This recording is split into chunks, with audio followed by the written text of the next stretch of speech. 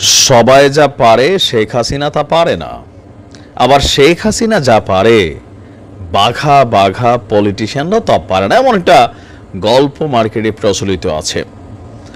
বেশ কয়েকটা mini mini card Sheikh Hasina খেলেছেন, আর এই কার্ডগুলা এতটাই ইফেক্ট তৈরি করেছে, কখনো ফোন কলের কার্ড, কখনো ট্রাম্পের ছবিকে সামনে এনে কার্ড, আবার হঠাৎ করে জিরো পয়েন্টে নেতাকর্মীদের আসার জন্য ফেসবুকে যে প্রচারণা আপনারা দেখেছেন, এটা ছিল আরেকটা ব্লাফ কার্ড, যেটা ইউনূস সরকার গিলে ফেলেছিলেন। সেনাবাহিনী, পুলিশ, সমন্বয়করা, রাজনৈতিক দলের নেতাকর্মীরা সবাইরে কিন্তু ঐক্যবদ্ধ করে দিচ্ছেন। এখন প্রশ্ন হচ্ছে, শেখ হাসিনা পরবর্তী পরিকল্পনা কি করছেন বাংলাদেশ নিয়ে? তো এ নিয়ে বেশ কিছু মতামত আমি পড়লাম, আর্টিকেল পড়লাম। তো তারপরে সারাংশ হিসাবে যদি আপনারা দেখেন, সরকারের মধ্যে থাকা বা বিএনপি অন্যান্য দলের সাধারণ মানুষের মধ্যে একটা অংশের বক্তব্য হচ্ছে, শেখ হাসিনা বা আওয়ামী লীগের নেতাকর্মীরা কেন এত বড় একটা ঘটনা, এতগুলো মানুষ মারা গেল ক্ষমতাকে কেন্দ্র করে, এতগুলো মানুষ আহত হলো, কেন আওয়ামী লীগ একবার সরি বলে না? কেন শেখ হাসিনা এখন পর্যন্ত সরি বলে না? তবে সরি বলা শেখ হাসিনার অ্যাটিটিউডের মধ্যে আসে না। আয়রন লেডি হিসাবে খ্যাত শেখ হাসিনা শাসন করতে জানেন, কিন্তু সরি বলাটা হয়তোবা তিনি জানেন না। এখন আসলে আওয়ামী লীগ কেন বলে না? আওয়ামী লীগের ঊর্ধ্বতন পর্যায়ের একাধিক নেতাকর্মীরা তারা বলছে বা তারা মনে করছে, তাদের মনে করাটা এই সমন্বয়করা আবার প্রকাশও করে দিছে, বিশেষ করে শিবিরের টিমটা সামনে আসার পরে। সরকার মনে করছিল এতদিন, আওয়ামী লীগ সরকার, যে এটা একটা পরিকল্পনা, সরকার উৎখাতের ষড়যন্ত্র ছিল। কিন্তু আন্দোলনের ওই প্রেক্ষাপটে সাধারণ মানুষ বিশ্বাস করে নাই। কিন্তু এখন যখন একের পর এক টিম সারপ্রাইজ দিচ্ছে, তখন মানুষের মধ্যে একটা টিম কিন্তু বিশ্বাস করা শুরু করছে, ইয়েস, এই আন্দোলনটা কোটা ভিত্তিক আন্দোলন, এটা হচ্ছে নামে মাত্র ছিল, পরিকল্পনা ছিল এক দফা সরকার উৎখাতে। সো আওয়ামী লীগ এখানে সরি বলবে না, কারণ আওয়ামী লীগ মনে করছে এটা আওয়ামী লীগ সরকারকে ক্ষমতা থেকে সরানোর জন্য, সেই পশ্চিমারা হোক, দেশে বিদেশে থাকা নানান শক্তি হোক, তারা সকলে মিলে এই কাজটা করছে, এটা নিয়ে তারা সরি বলবে না। তো এখন আসলে তাহলে পরিকল্পনা কি? এখানে বলা হচ্ছে, আপনার বেশ কয়েকটা আর্টিকেল আমি দেখলাম, যে এখন দেশে বিদেশে আত্মগোপনে থাকা নেতাকর্মীদের মধ্যে যোগাযোগের জন্য একটি নেটওয়ার্ক তৈরি করেছে আপনার আওয়ামী লীগের নেতাকর্মীরা। তৃণমূলে অনেকেই এখন আস্তে আস্তে এলাকায় ফিরতে শুরু করেছেন।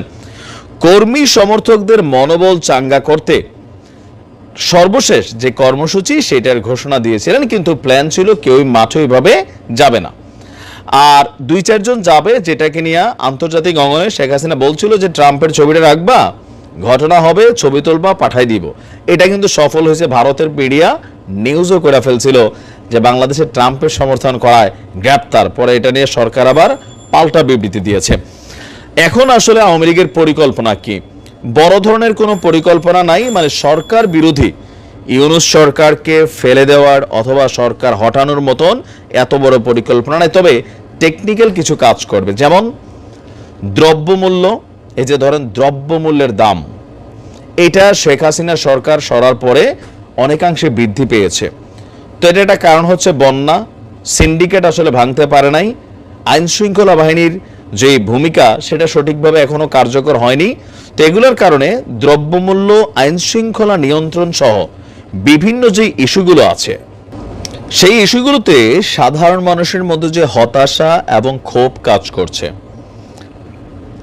অসন্তোষ তৈরি হয়েছে, রাজনৈতিকভাবে সরকারকে নিয়ে সমালোচনা শুরু হয়েছে। তো প্রত্যেকটা জিনিসের পেছন থেকে হালকা ইন্ধন যোগানো, কারণ আওয়ামী লীগের ট্যাগ লয়ে ঘুরে হয়তো একটা এলাকায় 15-20 জন যারা পদ পদবি ধারণ করেন, কিন্তু এর বাহিরেও একটা বড় সংখ্যক কমিউনিটি আছে যাদেরকে দেখা আপনি আওয়ামী লীগের নেতাকর্মী চিন্তা করার সুযোগ নেই, অথবা ফেসবুকে বিভিন্ন ধরনের পোস্ট দেওয়া বা অ্যাক্টিভিটিজের মাধ্যমে একটা জনমত গড়ে তোলা, যে ফ্লোটা মার্কেটে ইতিমধ্যে সেট আপ আছে। বলা হচ্ছে আপাতত আপনার অন্তর্বর্তী সরকার যেন জনসমর্থন হারায়, এমন ধরনের ছোটখাটো নানান ইস্যু, অথবা কখনো কখনো ফোন কল ভাইরাল হবে, পাশাপাশি একটা কর্মসূচি ঘোষণা আসবে, সবাই ভয় পেয়ে যাবে, এলোমেলো ছোটাছুটি চলবে, তারপর মাঠে গিয়ে আবার খালি হাতে ফিরে আসবে। আমি বলছিলাম বাঘ এবং রাখালের গল্প, বাঘ আসলো গ্রামবাসী একত্রিত হয়ে যায়। তো এরকম একটা সময় হয়তোবা সরকার বা আইন শৃঙ্খলা বাহিনী বা রাজনৈতিক দলগুলা আপনার খুব বেশি ভ্যালু দেবে না, তখন হয়তো ভিন্ন রকম কিছু ঘটতে পারে। তবে কেউ কেউ বলছেন যে আওয়ামী লীগ যেভাবে পতন হয়েছে, শেখ হাসিনা তিনি যেভাবে দেশ ছেড়ে পালিয়েছেন, আওয়ামী লীগের নেতাকর্মীরা পর্যন্ত যেইভাবে গণহারে দেশ ছেড়েছেন, সো রাজনীতিতে কামব্যাক করা এটা একটা লম্বা সময়, মিনিমাম 10 বছর। কেন? অন্তর্বর্তী সরকারের মেয়াদটাই কেউ কেউ বলছেন যে আরও 2 থেকে 3 বছর থাকবেন, তারপরে নির্বাচন, তারপরে বিএনপি একটা টার্ম ক্ষমতায় থাকবে, সেই টার্মের পরে হয়তো আওয়ামী লীগ আসবে। ভারতও কিন্তু এরকম প্ল্যান করছে, যেটা আমরা বলছিলাম যে ভারত সরকার আওয়ামী লীগকে পুনর্বাসনের জন্য কি প্ল্যান করছেন। তো আওয়ামী লীগও এরকমই একটা প্ল্যান করেছেন। তবে আর মাঝে মাঝে বাংলাদেশে বিভিন্ন কর্মসূচির ঘোষণা দেবে, বিদেশ থেকে বক্তব্য আসবে, সেই বক্তব্যের নেতাকর্মীরা হয়তো অনেকে মাঠে নামবেন, গ্রেপ্তার হবেন, মব জাস্টিসের শিকার হবেন। এগুলা নিয়ে তারা তাদের ফেসবুক পেজে প্রচার প্রচারণা চালাবে, যতটা মানে যেমনটা এতদিন বিএনপি বা জামায়াত ইসলাম চালাইতো। তবে জামাতের খেলা আলাদা, তারা একটা হাইলি ট্রেইনড একটা টিম আমার কাছে মনে হয়, যারা আত্মগোপনে থাকুক বা প্রকাশ্যে আসুক, তাদের অ্যাক্টিভিটিসকে আপনি ফলো করতে হবে। তাদের অ্যাক্টিভিটিসের মধ্যে ভেজাল কম। আপনি দেখবেন এই যে 3 মাসে জামাতের যে জনপ্রিয়তা, বিএনপির যে জনপ্রিয়তা যদি আমি সমান ধরি, শুরু হয়েছিল জামাত এখন এই লেভেলে আছে, বিএনপি এই লেভেলে চলে গেছে। কিভাবে? গেল 3 মাসে আপনি জামাতের নেতাকর্মীদের বিরুদ্ধে সাধারণ মানুষের সাথে কানেক্টেড, সাধারণ মানুষ অসন্তুষ্ট হয় এমন কোনো কর্মকাণ্ড আপনি খুঁজে পাবেন না। পাবেন কোথায়? একদম হাইলি যে পর্যায়ে আছে, যেখানে সরকার পরিচালনা হয়, যেখানে আপনার সিস্টেম করা হয়। কিন্তু আপনার গ্রামের বাজারে, দোকানে, হাটে পাটে, চা বাজারে, চা দোকানে, সিএনজি স্ট্যান্ডে, বালুঘাটে, বাস স্ট্যান্ডে আমজনতার সাথে আপনি দেখবেন দেখা হলে সালাম কুশল বিনিময় করছে, হিন্দুদের সাথে রাজনৈতিক সম্পর্কটা পাকাপোক্ত করার চেষ্টা করতেছে, চাঁদাবাজি দুর্নীতির বিরুদ্ধে তারা সিন্ডিকেটের বিরুদ্ধে আওয়াজ তুলতেছে।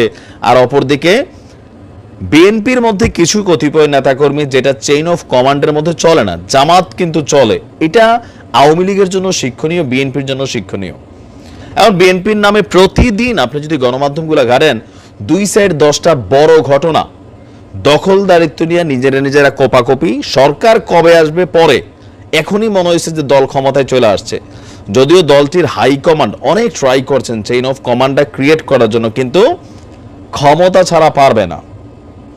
কারণ এরা ভাবতেছে তারেক রহমান বিদেশ আছে, এলাকার নেতা আমারে কি করবে, এখন ওনারা তো আর ক্ষমতা নাই, থানায় ফোন দিয়ে আমার গ্রেপ্তার করানো, এরকম কিন্তু একটা টিম আছে, পেটে খাইয়া বাইচে আছে। এই টিমটাই বেসিক্যালি ঝামেলা পাকাচ্ছে বিএনপির জন্য। তো আওয়ামী লীগ অফলাইনে থেকে নানান ধরনের অ্যাক্টিভিটিস করবে, এমন পরিকল্পনা শেখ হাসিনার মাথা থেকে বের হয়। আপনি দেখেন যে নির্বাচন ইস্যু বা গত 16 বছর তিনি যা দেখিয়েছেন, এগুলো এক একটা থেকে এক একটা কিন্তু ইউনিক আইডিয়া। সারা পৃথিবী কিন্তু শিখছে যে কেমনে থাকা লাগে, ট্রাম্প সম্ভবত শিখছিল, তাই না? তো সেখানে অনেক কিছু শিক্ষণীয় ছিল, আবার বর্জনীয় ছিল। এখন আওয়ামী লীগের নেতাকর্মীরা আস্তে আস্তে টক শোতে, বিভিন্ন ইউটিউব চ্যানেলে তারা অ্যাক্টিভ হচ্ছেন, বক্তব্য দিচ্ছেন, আস্তে আস্তে তাদের নেতাকর্মীদের কাছে পৌঁছাচ্ছেন। আবার তাদেরকে মানুষ গালাগালি করতেছে, মব জাস্টিসের শিকার হচ্ছে, সিম্পেথিও পাচ্ছেন। দোদুল্যমান একটা অবস্থা। তবে সামথিং, হঠাৎ করে শেখ হাসিনা কোনো সিদ্ধান্ত নিয়ে দেশে চলে আসেন কিনা, সেটা হচ্ছে মেজর ফ্যাক্ট। দেখা যাক কি হয়। ভালো থাকবেন।